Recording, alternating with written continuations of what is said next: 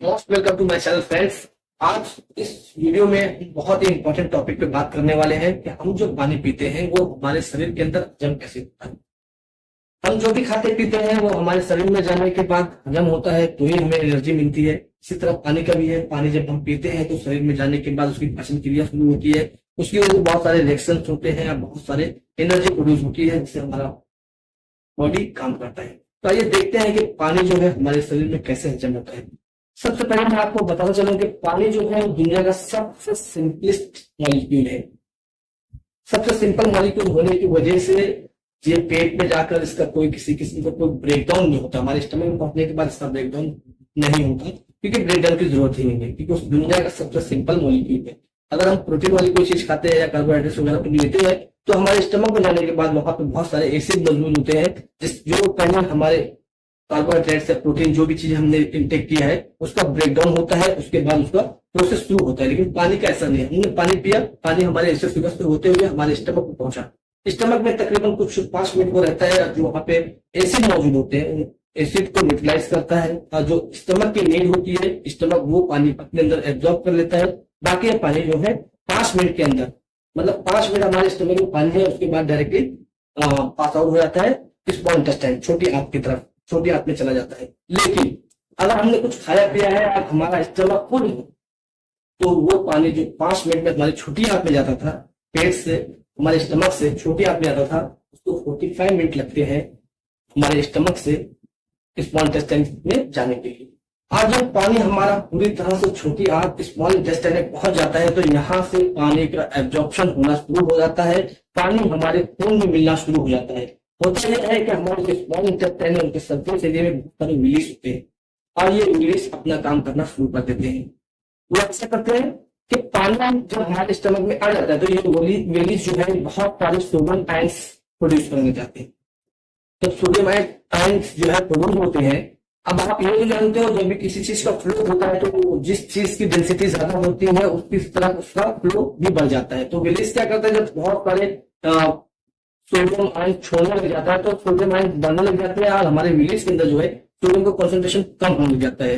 जब सोडियम का कॉन्सेंट्रेशन कम हो जाता है तो ये सोडियम ग्लूकोज के साथ कंबाइन हो जाता है और विलीस में पहुंचना शुरू होता है एक प्रोटीन संपुटक के जरिए। तो जो संपुटक होता है वो एक ऐसी चीज होती है जिसके अंदर से 2 मॉलिक्यूल, अलग अलग मॉलिक्यूल एक साथ ट्रांसफर हो सकते हैं। तो यहाँ पे विलीस के अंदर हमारा पानी जो है सोडियम और ग्लूकोज के साथ जो कंबाइन है उसके फ्लो के साथ हमारा पानी भी हमारे विलीस में जाता है और यहाँ जब विलीस में आ जाता है तो वहां से हमारे ब्लड के अंदर मिलना शुरू हो जाता है। तो स्मॉल इंटेस्टाइन में हमारा जो पानी है वो हजम होना शुरू हो गया। हमारे ब्लड स्ट्रीम में हमारे जो विलीज है उनके जरिए ब्लड स्ट्रीम में पानी आएगा, लेकिन पानी का यहाँ एब्जॉर्प्शन जो है बहुत कम मात्रा में होता है। एक्चुअल जो पानी का एब्जॉर्प्शन होता है वो हमारी लार्ज इंटेस्टाइन मतलब बड़ी आंत में होता है। पहले देखते हैं बड़ी आंत में जो बचा हुआ पानी है वो किस तरह से एब्जॉर्ब हो रहा है। मतलब स्टमक में बहुत ही मिनिमम मात्रा में हमारा पानी एब्जॉर्ब हुआ, यहाँ से आने के बाद विलीस के जरिए हमारे ब्लड स्ट्रीम में छोटी आंत के अंदर हमारे ब्लड स्ट्रीम में पानी आया, मतलब पानी का एब्जॉर्प्शन हुआ। अब बड़ी आंत में मुकम्मल पूरा कंप्लीट कैसे एब्जॉर्ब होता है आइए देखते हैं। अब पानी का एक्चुअल जो एब्जॉर्प्शन होता है वो लार्ज इंटेस्टाइन में क्यों होता है, क्योंकि लार्ज इंटेस्टाइन जो होती है हमारी जो लार्ज मतलब बड़ी जो आंत होती है उसका सरफेस एरिया बड़ा होता है as compare to small intestine. उसका सरफेस एरिया बड़ा होता है, सीधा सीधा होता है, स्पेस लंबा होता है। तो वहां पे पानी के जो हमारे इलेक्ट्रोलाइट होते हैं, मिनरल्स होते हैं वो हमारे लार्ज इंटेस्टाइन में ही एब्जॉर्ब होती है। तो जब वहां पर पानी पहुंचता है हमारे लार्ज इंटेस्टाइन में जब पानी पहुंचता है, अब यहाँ पर वही प्रोसेस होता है जो इंटेस्टाइन में होता है। जब पानी हमारे लार्ज इंटेस्टाइन में पहुंच जाता है तो वहां पे सोडियम का कॉन्सेंट्रेशन बढ़ने लग जाता है और संकोचन के जरिए सोडियम हमारे विलीज में आता है और उसके बाद हमारे ब्लड स्ट्रीम में आ जाता है। तो यहाँ पे पानी हमारे बड़ी आंत में आने के बाद जब हमारे पूरी तरह हमारे ब्लड स्ट्रीम में आ जाता है पानी का पूरा एब्जॉर्प्शन हो जाता है। लेकिन इसी वजह से अगर पानी का एब्जॉर्प्शन नहीं होता है और पानी हमारे लार्ज इंटेस्टाइन में रुक जाता है, बड़ी आंत में रुकता है, तो वहां पे हमको डायरिया जैसी तकलीफ होने के चांसेस बढ़ जाते हैं। जब भी पानी रुकेगा तो हमें जो है इस तरह की तकलीफें होने के चांसेस हो जाते हैं। जैसा कि मैंने बताया कि जब लार्ज इंटेस्टाइन के अंदर पानी रुक जाता है तो एब्जॉर्प्शन सही तरीके से नहीं हो पाता है तो डायरिया या